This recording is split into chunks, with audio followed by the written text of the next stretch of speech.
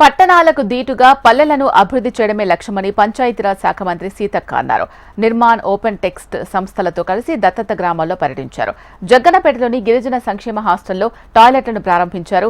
Wrestling పోటీలకు ఎంపికైన విద్యార్థులకు ఉపకరణాలు అందించారు. పేదవాళ్లను గ్రామాలను అభివృద్ధి చేయాలి అనే లక్ష్యంతో కార్పొరేట్ కంపెనీలు గ్రామీణ ఏజెన్సీలను దత్తత తీసుకుని సిఎస్ఆర్ ఫండ్ ద్వారా మారుమూల గ్రామాల అభివృద్ధికి పాటుపడడం శుభపరిణామం అని సీతక్క అన్నారు.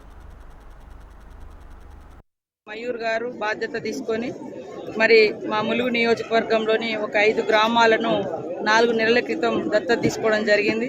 ఇప్పటికీ ఆ సంస్థ ఆధ్వర్యంలో ఆప్టెక్స్ ఓపెన్ టెక్స్ట్ వారు అదేవిధంగా వివిధ సిఎస్ఆర్ అంటే కంపెనీస్ మరి వారు ఇచ్చినటువంటి సహకారంతో 5 గ్రామాలలో ప్రజలు ఫస్ట్ గ్రామ సభలో వాళ్ళు ఏదైతే కోరినరో ఆ పనులను మనం చేపట్టడం జరిగింది.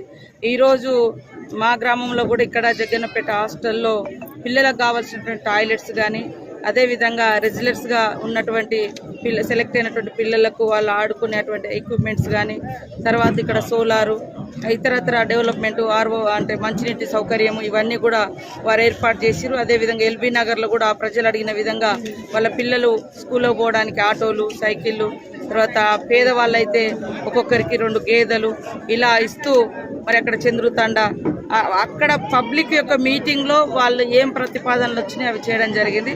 ఈ యొక్క సంస్థ మరి ఇంకొక 3 సంవత్సరాలు ఈ గ్రామాలను దత్తత తీసుకొని పూర్తిగా పేదవాళ్లకు లబ్ధి చేయాలి, గ్రామాలను అభివృద్ధి చేయాలన్నటువంటి లక్ష్యంతో పట్టణాలకు పరిమితమైనటువంటి మరి కార్పొరేట్ కంపెనీలు ఈరోజు గ్రామీణ ప్రాంతాల్లోకి వచ్చి వారి యొక్క సిఎస్ఆర్ ఫండ్ను ఈ మారుమూల ప్రాంతాలకు గిరిజన ప్రాంతాలకు అడవి ప్రాంతాలకు ఖర్చు పెట్టడం అనేది ఇది ఒక గొప్ప శుభ పరిణామం. ఇది ఫస్ట్ స్టెప్గా మేము భావిస్తా ఉన్నాం.